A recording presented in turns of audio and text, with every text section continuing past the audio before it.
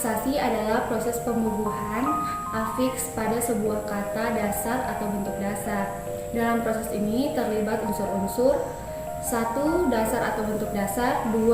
Afiks atau imbuhan. 3. Makna gramatikal yang dihasilkan. Afiks adalah satuan gramatikal terikat yang di dalam suatu kata merupakan unsur yang bukan kata atau bukan pokok kata yang memiliki dan melekat pada satuan-satuan lain untuk membentuk kata atau pokok kata baru. Afiks juga diartikan morfem terikat atau morfem membentuk kata yang tidak dapat berdiri sendiri.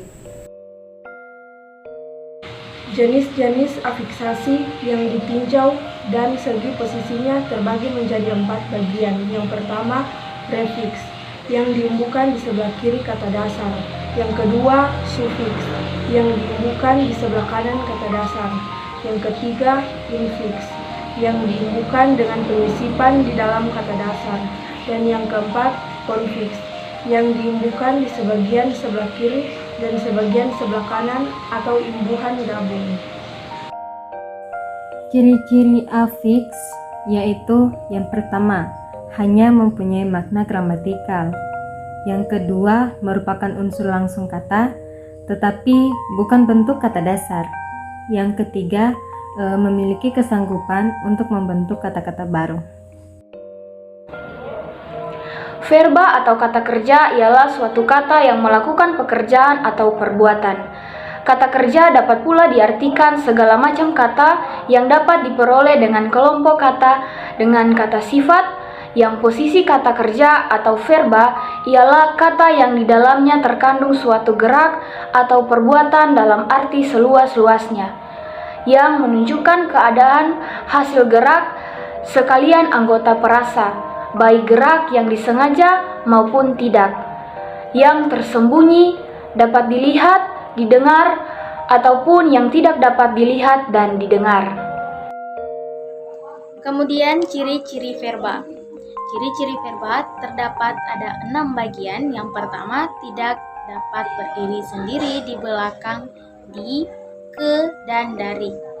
2. Tidak dapat didahului kata paling dan sangat. 3. Tidak dapat berkedudukan sebagai subjek dan objek. 4. Dapat didahului kata sedang, akan, hendak, dan telah. 5. Berfungsi sebagai predikat dalam kalimat. 6. Mendapat afiks atau imbuhan di, per, kan, memperi, mei, di, ber, ter, mekan, dikan, terkan, memperkan, dan di-i. Ciri verba dalam bahasa Kaili dialek Ija berfungsi sebagai predikat dalam kalimat. Misalnya, yang pertama, Budi nangoli japi, yang artinya Budi membeli sapi. Kedua, Wati nombanai tepa, yang artinya Wati makan mangga. Yang ketiga, Yaku lauri potomu, yang artinya saya pergi ke pasar. Jadi, verba yang termaksud dalam kalimat adalah nangoli, membanai, dan lau. Kata-kata tersebut dikategorikan sebagai verba karena telah memiliki ciri-ciri seperti yang telah dikemukakan. Verba asal atau bebas dalam bahasa Kaili menggunakan afiks apabila dipakai dalam kalimat. Contohnya, Ali malauri poikola, atau yang artinya Ali akan pergi ke sekolah. Kemudian yaku nukatoko rigadera, yang artinya saya duduk di kursi. Di samping itu, yang paling banyak dijumpai dalam bahasa Kaili dialek Ija ialah kata kerja dasar yang bersifat prokategorial. Kata kerja seperti ini dalam bahasa Kaili dialek Ija tidak dapat digunakan dalam kalimat kecuali menambah afiks. Contohnya, ala yang artinya ambil, kemudian keni yang artinya bawa, kae artinya gali, dan tompo artinya potong. Kesimpulannya, afiks adalah satuan gramatikal terikat yang di dalam suatu kata merupakan unsur yang bukan kata atau bukan pokok kata, yang memiliki dan melekat pada satuan-satuan lain untuk membentuk kata atau pokok kata baru. Afiks juga diartikan morfem, terikat atau morfem membentuk kata yang tidak dapat berdiri sendiri. Bahasa Kaili dialek Ija merupakan salah satu bahasa yang digunakan sebagai alat komunikasi oleh masyarakat yang berada di Kecamatan Biromaru, Kabupaten Sigi, Provinsi Sulawesi Tengah.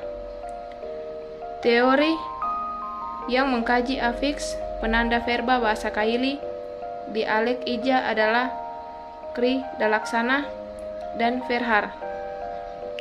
Teori ini mengkaji tentang afiks, ciri-ciri afiks, serta jenis dan fungsinya. Sekian dan terima kasih. Don't stop the music, 왜 멈춰 있어 춤추듯 돌아가 Life is a party so 딱히 뭘 안 해도 TikTok TikTok Life is still going on 그저 흘러가 Hey DJ play this song 다음 노래 It's like a music box